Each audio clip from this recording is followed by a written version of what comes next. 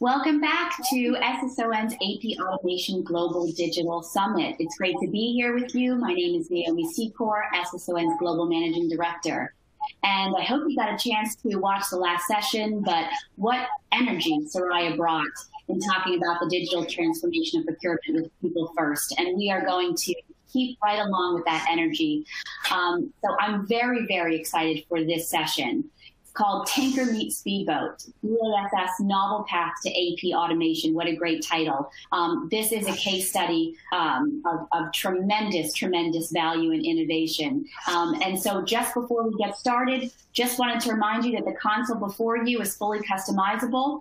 You can expand your view of the session. Our sponsor, Insiders Technology, has been incredibly kind to put some additional resource in the resource center for you. And I've also made the speaker's contact details available, so please do connect with them. So with that, I'm going to turn it over to our conference chairman, Sid Vasili, who's going to kick us off. Thank you very much, Naomi, and hello everybody. It's a pleasure to be with you. I mean, this Tanker Meets Speedboat is a really exciting sort of session, and it's BASF's novel path to AP automation. So it's going to be really an exciting piece.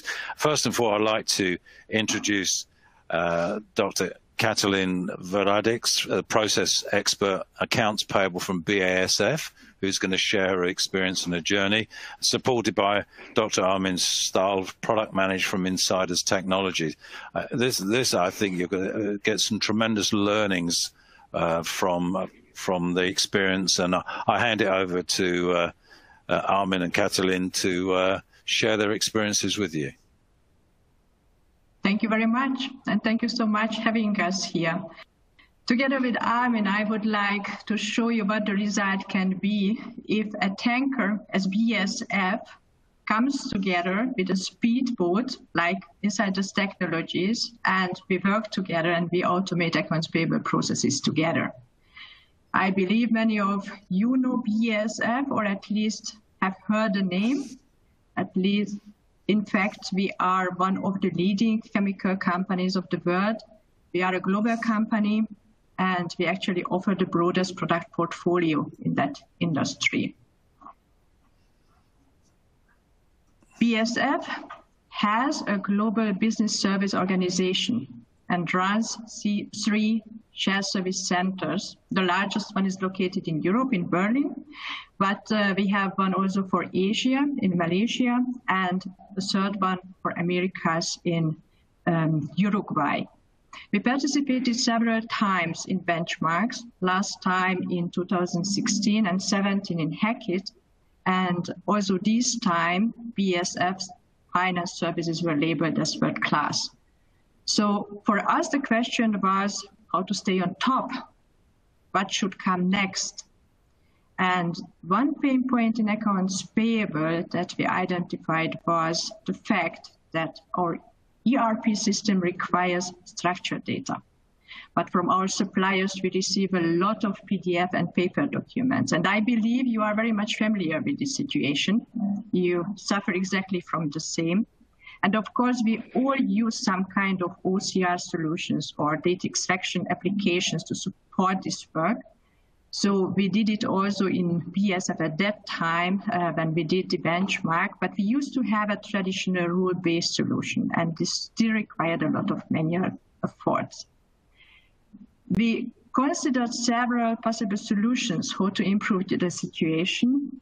One option was to think of outsourcing these activities. But quite fast, we took the decision to keep the invoice verification stuff in BASF in-house. So it was clear that we would need another software and other solution. And from the beginning, we followed three targets. First, we wanted to have a cloud-based solution.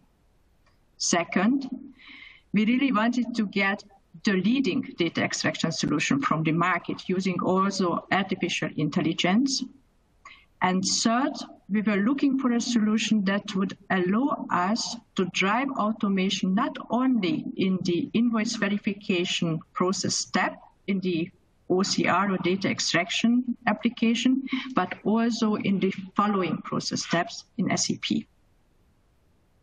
So now, how did we do that? Of course, first we did a very, very intense market screening. We did also a tender, and the winner was Insiders Technologies. Why? Because we were really impressed by the AI expertise of this company. We also really liked the customer orientation that we could experience from day one. And with regard to P2P, we were really impressed that Insiders is able to match external invoice data with our own internal data, such as vendor master data and purchase order information. Armin, could you please provide more information on Insiders Technologies? Sure, Katalin. Thank you very much for this kind introduction, Katalin. Well, BASF is a company with over 100,000 employees and globally well known. On the other hand, Insiders Technologies is a small, medium-sized enterprise located in Germany with about 200 employees and is certainly not as well known on such an international level. Therefore, I want to give a short introduction to you to the small Speedboat. Who we are, where we came from, what are we doing? Insiders was founded as a spin-off of the German Research Center for Artificial Intelligence about 20 years ago. So the German Research Center for Artificial Intelligence is the leading public-private partnership research institute in Germany, which is focusing on artificial intelligence research and has a strong focus on application-oriented research. But it has also, on the other side, a really strong international reputation in the science community. As a spin-off of such a research institute, it was always our aim at Insiders Technologies to bring state-of-the-art, cutting-edge AI technologies to our customers in form of technological leading products. Today, 3,000 customers all over the world are using our products to automate their business processes. It's obvious if you see the number of employees, 200 and 3,000 customers, we cannot acquire and take care of all these customers by ourselves.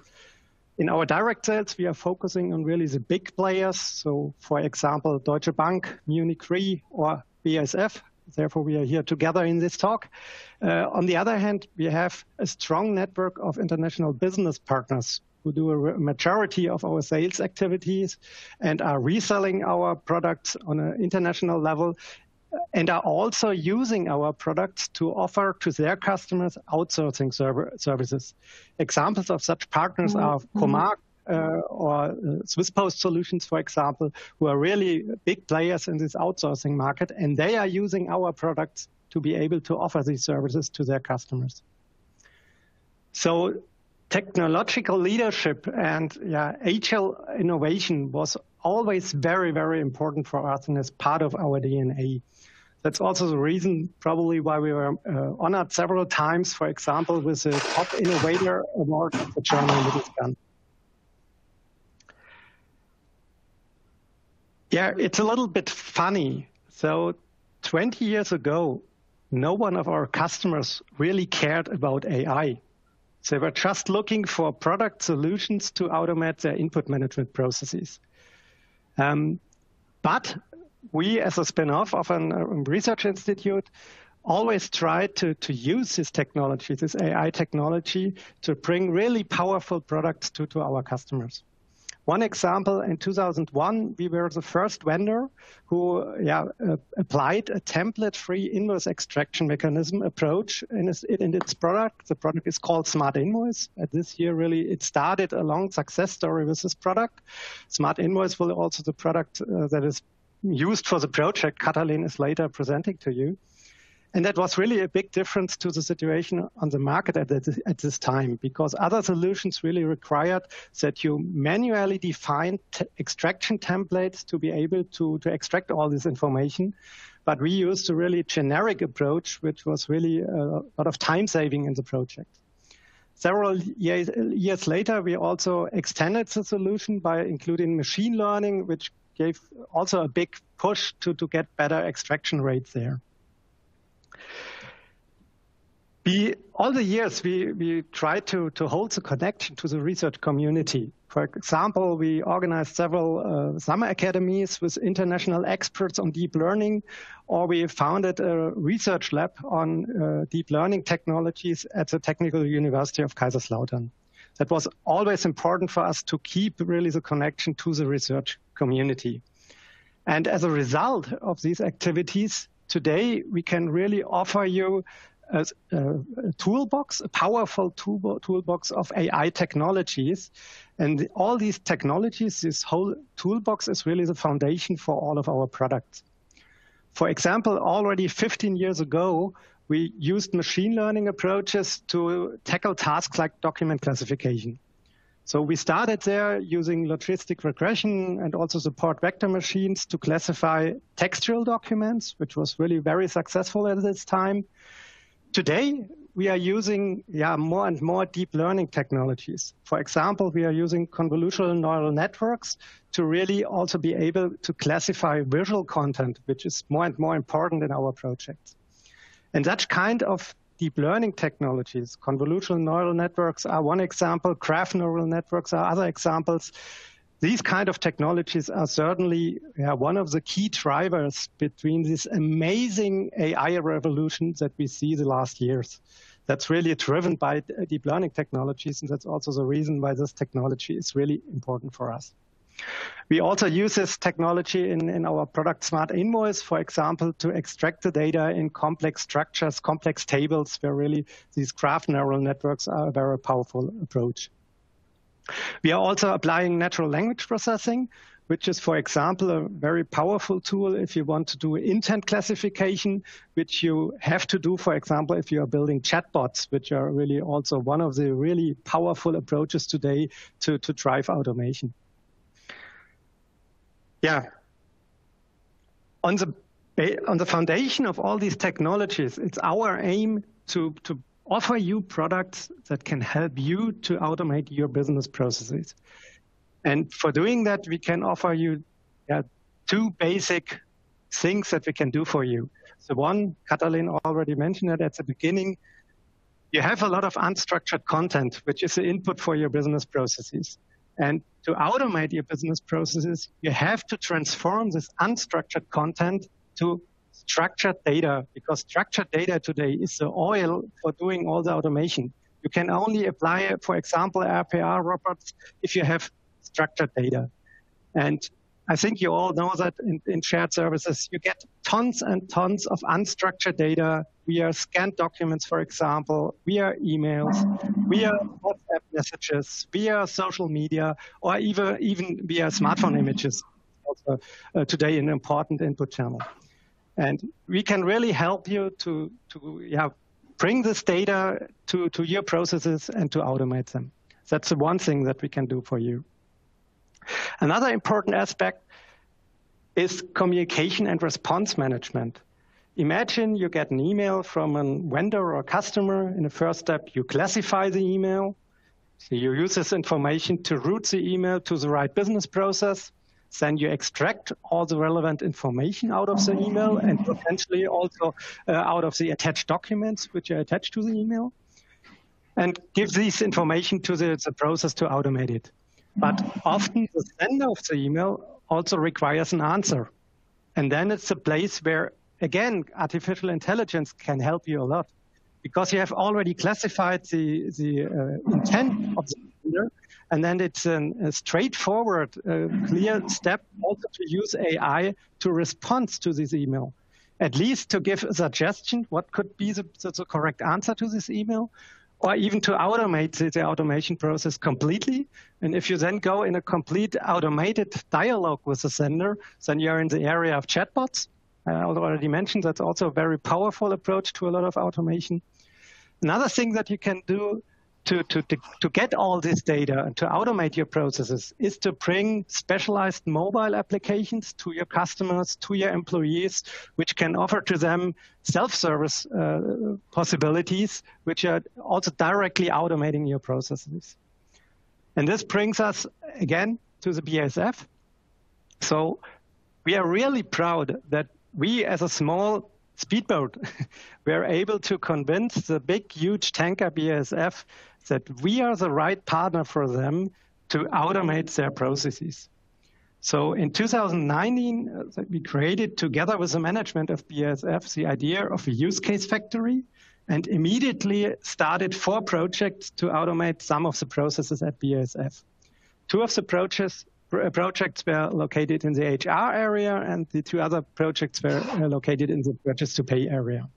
In the HR area, we first implemented a HR chatbot called Alex, which is able to answer all the questions of the BASF employees automatically. In another project in the HR area, we built an employee app, which is still today the most successful mobile application BASF has launched so far.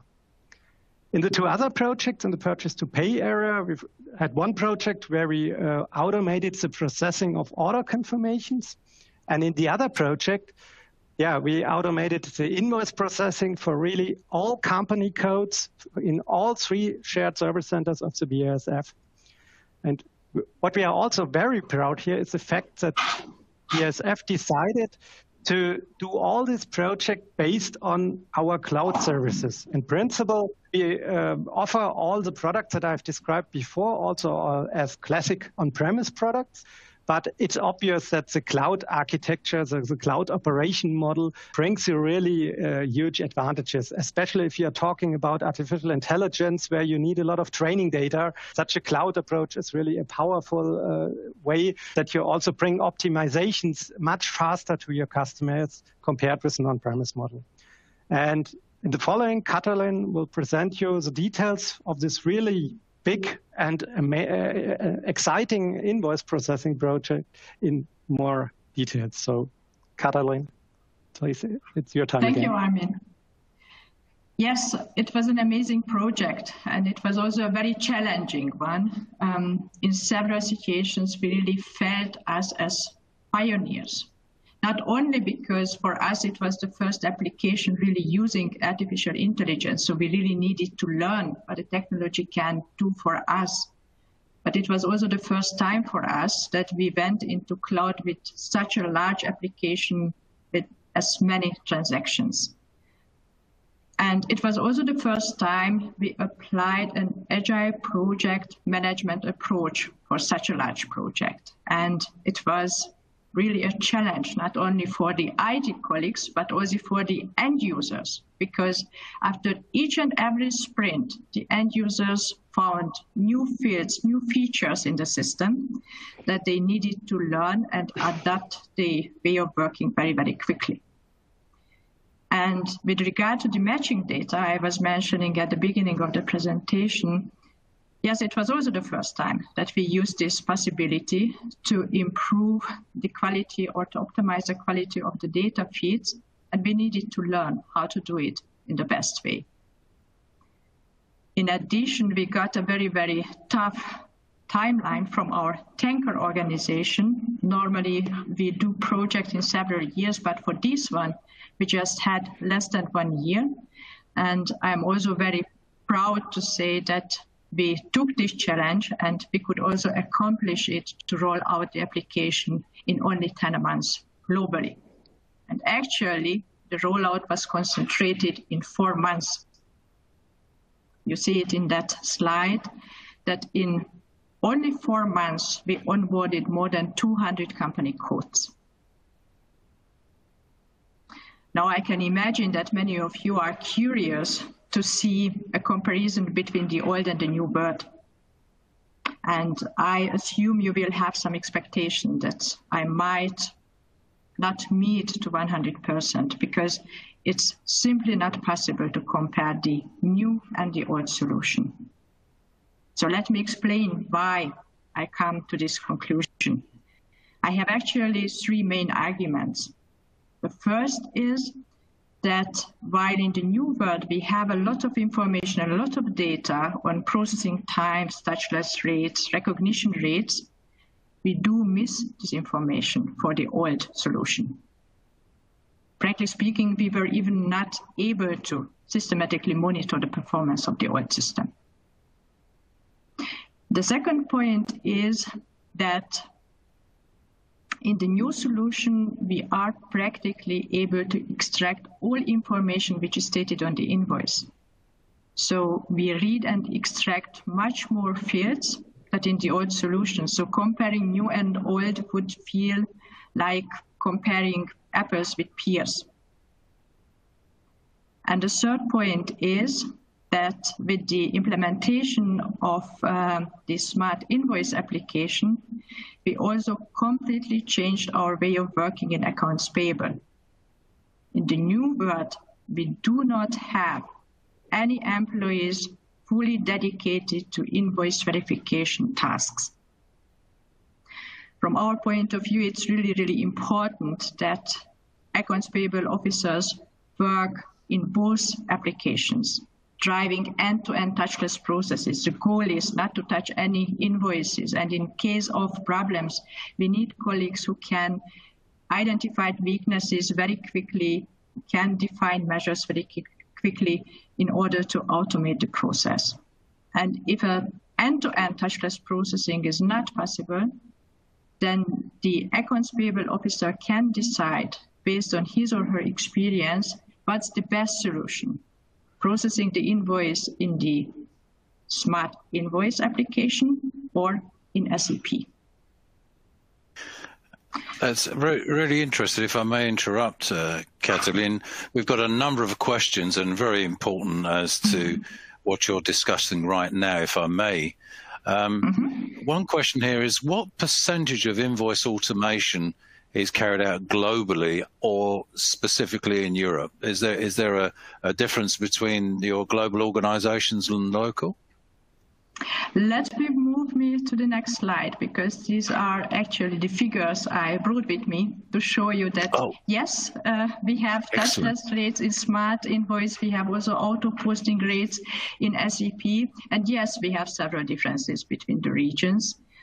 Let me just give you a short information back, somehow closing the topic of old and new world comparison. With the new solution, we could achieve 40 FTE efficiency gain compared to the old world. So even if I am not able to present figures comparing the two solutions, the 40 FTE efficiency gain should give you a flavor what we could achieve with the new solution. And that's very impressive. Oh, thank you. We are also very proud of this, I have to admit. It was an awful lot of work and a great cooperation with Insiders Technologies. And in the tables on this slide, you will see the figures. And if you look at, for example, the top right side, you will see the figures for Berlin. Last year, we really focused on driving automation in Smart Invoice. So we achieved there touchless rates around 30% in several countries. For example, in Germany, which is our biggest market, we have even 40 to 50% touchless rates. In other smaller countries, it's a bit smaller. This year, we are focusing pretty much on auto-posting in SAP. But in Asia, for example, we have a completely different approach.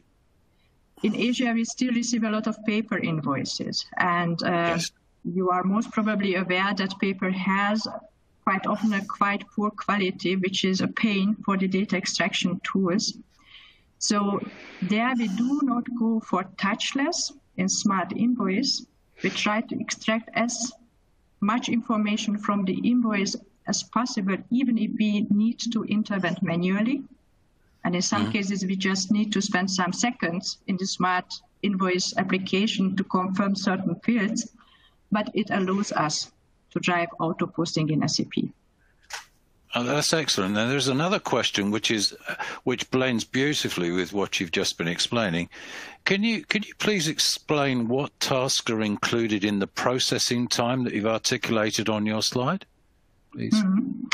It's quite easy. Imagine you open the application and you click on a certain document. The processing time measures the time between opening the document and click on the button process. Right. So if you just confirm, for example, one field, the application shows us which are the fields the application is not really certain about, so we need a manual confirmation. It can take some seconds. If your employee has a phone call in between, then it can also take 5 minutes to close this verification process. And what percentage of invoices do you receive that are handwritten, for instance, today? Particularly in Asia. I'm thinking Asia market more than in Europe, if I may ask. We do not have real handwritten stuff. We have a lot of printed stuff with stamps on. And on the stamps, we have something written, right? It's about 50%. And even if these countries allow sometimes XLM files as input data, they still need to archive the original ones. So we really work with this paper stuff in order to do a proper reconciliation at the end of the day, making sure that we have the right data in our system. So it's quite a high volume still that we receive as paper. Yeah, I can understand it specifically in Asia. And there's another question which blends into that in terms of vendor identification. Can you expand on the importance of the role of master data in your invoice automation project? And what type of master data are you using?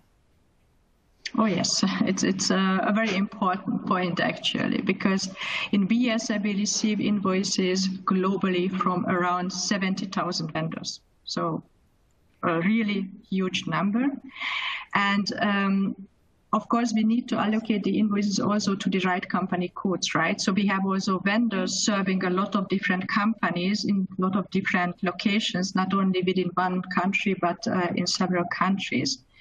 So what we do is we extract the data from the invoice, the vendor information, and compare it with our own master data that we provide to insiders. And in the master data, for example, this was one of our big learnings, how to limit the size of the data bank. You know, if you have the 70,000 vendors and several vendors have several branches and they have different addresses, what's the information you really need to provide? Is it sufficient to provide, for example, the address information of the headquarters, where you need all the PEs and branches? And you need to a little bit experiment with that. I believe, based on our experience, it was enough to limit it to the headquarters, where we had quite nice global standards so that we can use it for the application. And it's really important because it really improves a lot the data quality. Yeah, absolutely. Couldn't agree with you. I'm sorry to interrupt your flow, and it's a really great presentation. I'll hold off the questions now. They're cascading in. I've got another 13 to ask you, so just to give you some idea of the excitement from the delegates. But so please proceed with your deck. Then let me show the next slide, because here we are coming also to a very, very exciting topic. And actually, this is something I'm really excited to present you.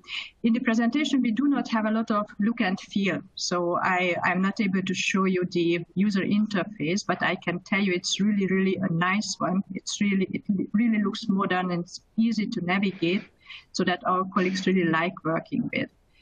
In that slide, with the screenshot, you will get a first impression, and this screenshot shows you the business intelligence tool. We call it BI tool, that provides us with a lot of valuable information on processing times, recognition rates, not only on vendor level, but on several levels, so that it really simplifies our life in the expert community, where our daily job is to identify weaknesses, to define measures. And after we implemented the measures, we can also immediately see the results. So it's a really, really powerful tool. I'm really, really a big fan of this. I also love it for change management purposes, you can imagine if you have a huge end user community, you have to persuade them, you have to explain them what the technology can do for them. And it helps in an organization such as BASF to come up with facts and figures and not just with nice ideas and explanations. So we use this tool very intensely, and it was also a very great collaboration with insiders to further enhance this tool during last year. And we could really see how these enhancements contributed to the improvement of our KPI. So it's really a great add-on, I would call it. And here on this slide, you will see some more facts and figures. Of course, I do not expect you to read it right now, and please also do not expect me to explain it in detail. You can look it up later. This is the list of the fields we can read and extract, and you also see the extraction rates, and you also see several times 100%, which is really impressive.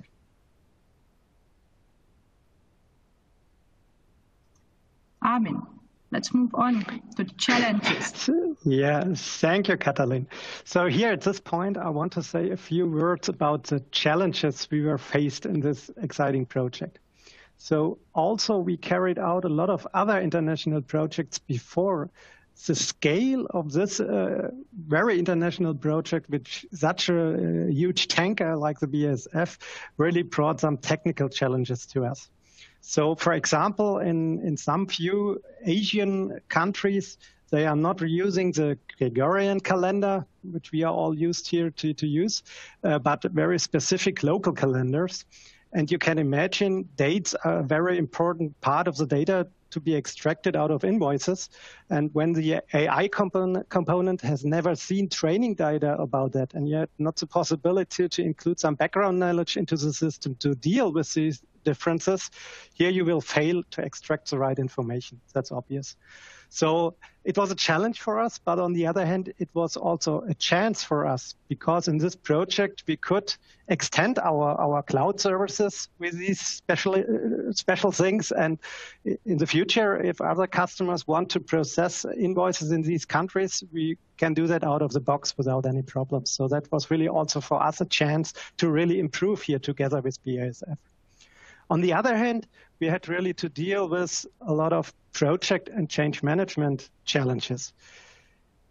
We have seen it on the ambitious timeline that Katalin has presented some slides before, and that was really a challenge for us. We had a timeline where we every week had a rollout with new company codes. And for us, that means we had, on the one hand, to update, to onboard new BASF teams every week, to train them and using the system, to do expectation management with them and all these things. But in parallel, we had to optimize and stabilize all the other teams, the IT system which was already used for doing the production with the other company codes in parallel. And that was really a big challenge for us. And you can also imagine two such very different players, a huge tanker BASF, a small company like Insiders, a Speedboat. There are also big cultural differences in such a company. And that's, of course, also a challenge. But I'm strongly convinced the flexibility of a small company like Insiders Technologies was one of the success factors for this project, that we can act in such an agile way to follow the project replannings, etc. of BASF. I think that was really a crucial factor.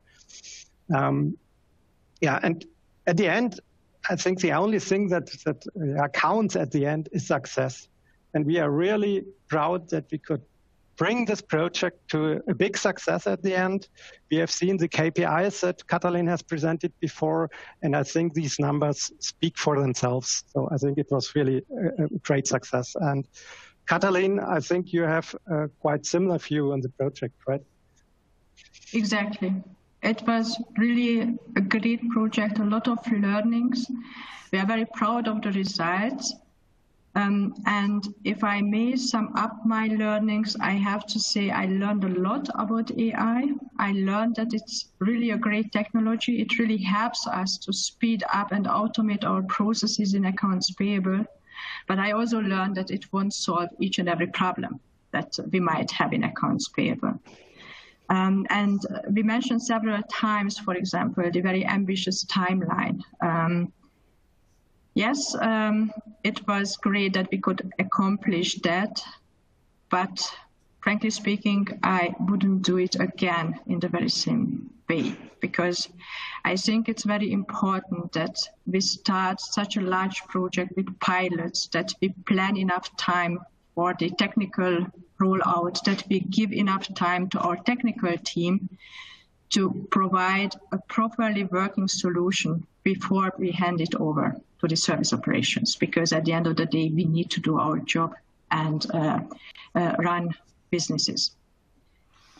Yeah. The other Katalin, thing if I'm sorry to interrupt, on that particular point, we've got so many questions cascading in. I'm trying to sort of dovetail them in, so because the goodness here is quite tremendous. Has there ever been one question here? Has there ever been a thought or consideration to outsource the invoice processing element of the job rather than operating in-house? Yes, we considered this solution as well. Actually, we also started a tender to looking for a provider that could take over this job. But very quickly, we decided to go the other way. One important point for us that in the meantime, we did the market screening, and we learned that there are some solutions on the market that could help us to optimize the process while keeping the activities within BASF. So from BASF point of view, it's an advantage to keep these activities in-house, and with this technology, actually, it works very nicely. Yes, we considered, but at the end of the day, for us, it's the better solution to keep it in-house. Yeah, I mean, I can understand where you're coming from that point of view. I think some companies have taken a slightly different road to Nirvana, yes, and are using outsourcing and looking at localized vendors to manage the local content as opposed to one global vendor to manage all. But there's another quick question that's come through again relative to what we're doing and discussing now. Does auto posting mean these companies with electronic invoices are configured inside SAP? What do you mean by electronic invoices? Do you mean invoices that we receive as structured data already? So, for example, structured data and XML files, for example. Indeed, XML files. These kind of invoices we do not run through Smart Invoice. We really use Smart Invoice only for the invoices that we receive in PDF and paper format. And also the figures that I was showing are referring to this packet of invoices, which is still between 50 and 60% of all our invoices in BASF.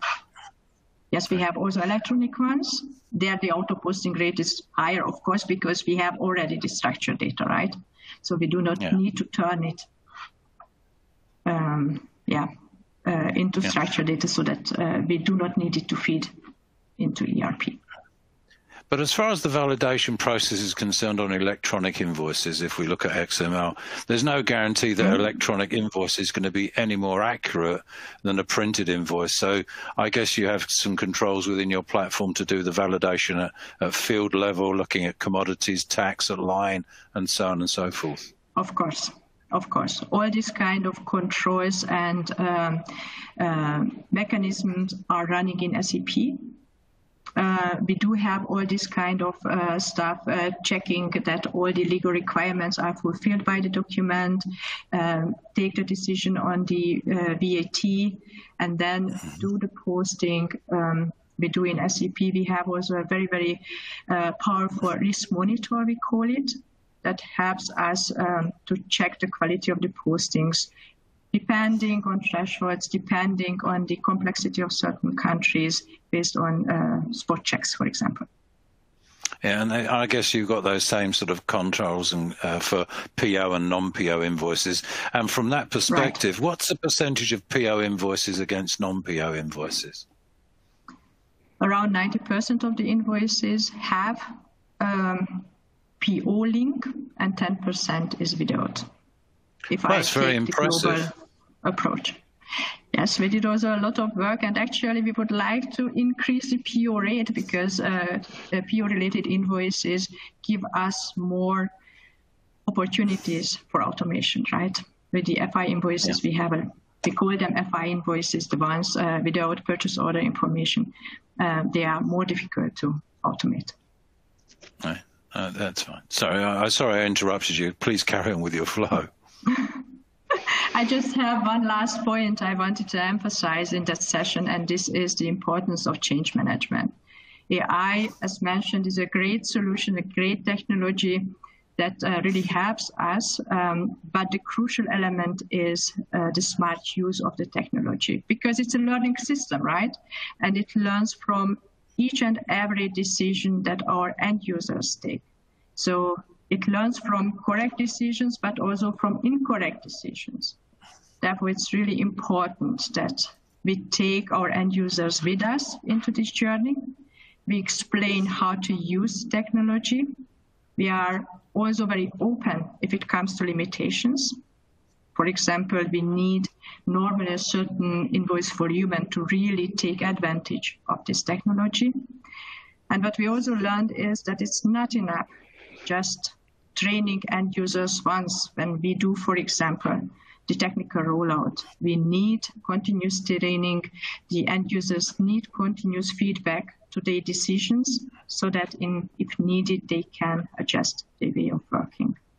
And if you manage to establish this very, very strong link between the technology and the human beings, then very nice results can be achieved. I was going to ask a question with regard to your staff and keeping them engaged in the process and how mindful you are of the emotions and fears that they have, particularly in the pandemic where people potentially are working from a remote perspective. What sort of policies do you have from that point of view? What we do, for example, and it's valid for all three shared service centers, we establish so-called communities, auto-posting communities. And in these communities, we have representatives of each and every team. Normally, we are organized based on locations, right? So we serve different countries in different teams. But in that communities, we bring together the representatives of the teams, and we talk with them about our findings, for example, that we could see in the BI tool if it comes to touchless rates, recognition rates. We can give them immediate feedback to certain decisions they were taking. We compare invoice processing in the different teams. For example, if you have the same vendor serving different countries, we compare why does it take much longer to process the invoices of the same vendor in one team than in the other one, and try to share best practices. So we bring together these people, and they have very regular meetings.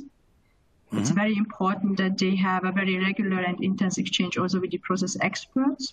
We try to give them the input and then try to force them to bring it as a trainer into the team and implement it.